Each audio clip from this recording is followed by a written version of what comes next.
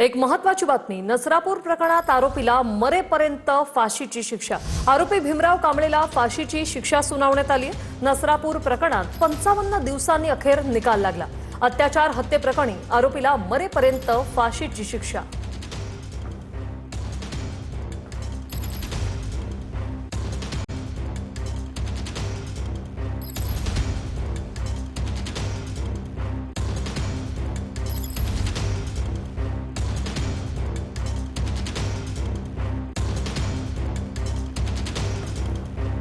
नसरापूर प्रकरणी 16 दिवसात आरोपपत्र दाखल करण्यात आलं असं कोर्टाने म्हटले। नेमका कोर्टात काय झालं निकाल वाचनावेळी ते आपण पाहूया।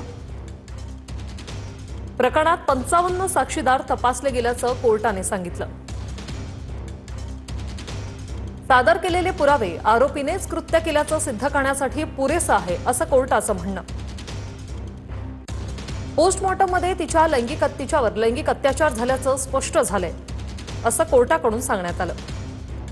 आरोपीला आजन्म कारावासाची शिक्षा ही अपुरी आहे।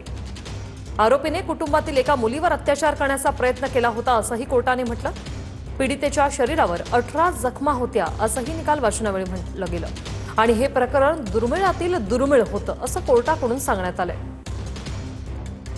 आरोपी फाशीच्या शिक्षेसाठी पात्र आहे असं कोर्टाने म्हटलं।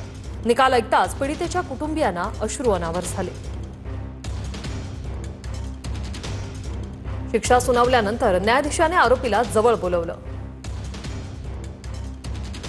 आता फासावर चढावं लागेल, न्यायाधीशाने सांगितलं। तर नराधमांना समाजात राहण्याचा अधिकार नाही, कोर्टाने अतिशय योग्य निर्णय घेतला अशा शब्दात फडणवीसांनी कोर्टाचे आभार मानलेत। नराधमांना समाजात राहण्याचा अधिकार नाही असं फडणवीसांनी म्हटलंय। कोर्टाचे मनापासून आभार। कोर्टानं अतिशय योग्य निर्णय घेतला। अशा नराधमांना समाजात राहण्याचा कुठलाच अधिकार नाही। अतिशय विक्रमी वेळेत संपूर्ण खटला चालला, त्याबद्दल तपास यंत्रणांचं कौतुक। फडणवीसांनी सरकारी वकील ॲडव्होकेट अजय मिसर यांना फोन करून त्यांचं अभिनंदन केलंय। फडणवीसांनी पुणे जिल्हा पोलीस अधीक्षकांचंही फोनवरून अभिनंदन केलंय। न्यायदेवतेला धन्यवाद असं उपमुख्यमंत्री शिंदेंनी प्रतिक्रिया देताना म्हटलं। दुर्मिळातील दुर्मिळ प्रकरण महाराष्ट्रात घडलं होतं असं एकनाथ शिंदे म्हणाले। सर्वात जलद गतीने निकाल लागलेला हा पहिलाच खटला असल्याचं सुनेत्रा पवार यांनीही प्रतिक्रिया देताना म्हटलं। न्यायालयाच्या निर्णयाचं मनापासून स्वागत असं सुनेत्रा पवार यांनी म्हटले।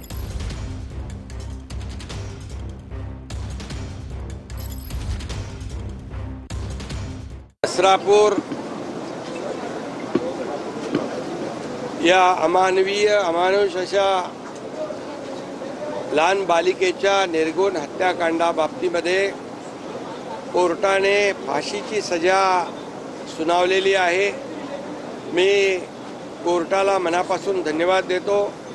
अशा प्रकारचं जे रेअरेस्टमधली रेअरेस्ट केस ही महाराष्ट्रामध्ये घडली होती। या आजच्या निकालामुळे हा बेंचमार्क निकाल आहे। यापुढे अशा प्रकारच्या वृत्तीचे गुन्हेगार, हॅबिच्युअल गुन्हेगार अशा प्रकारचं कृत्य करण्यात धजावणार नाहीत।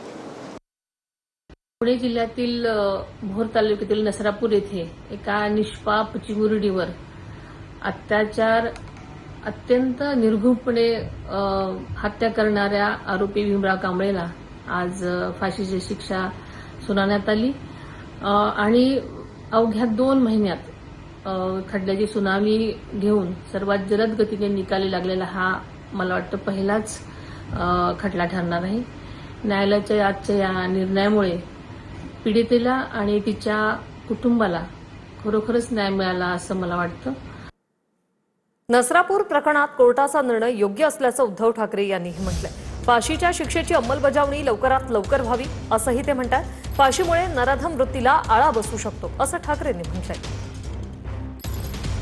कोर्टाने योग्य निर्णय दिलेला आहे आणि या निर्णयावरती फक्त आता आपण समाधान न मानता लवकरात लवकर त्या निर्णयाची अंमलबजावणी केली गेली पाहिजे।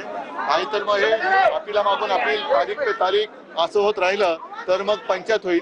म्हणून मला असं वाटतं जेव्हा कोर्टाने सगळ्या गोष्टी तपासून हा निर्णय दिलेला आहे त्या निर्णयानुसार लवकरात लवकर या शिक्षेची अंमलबजावणी झाली पाहिजे आणि ती जर का झाली तर मग अशा नराधमांना आळा बसू शकतो.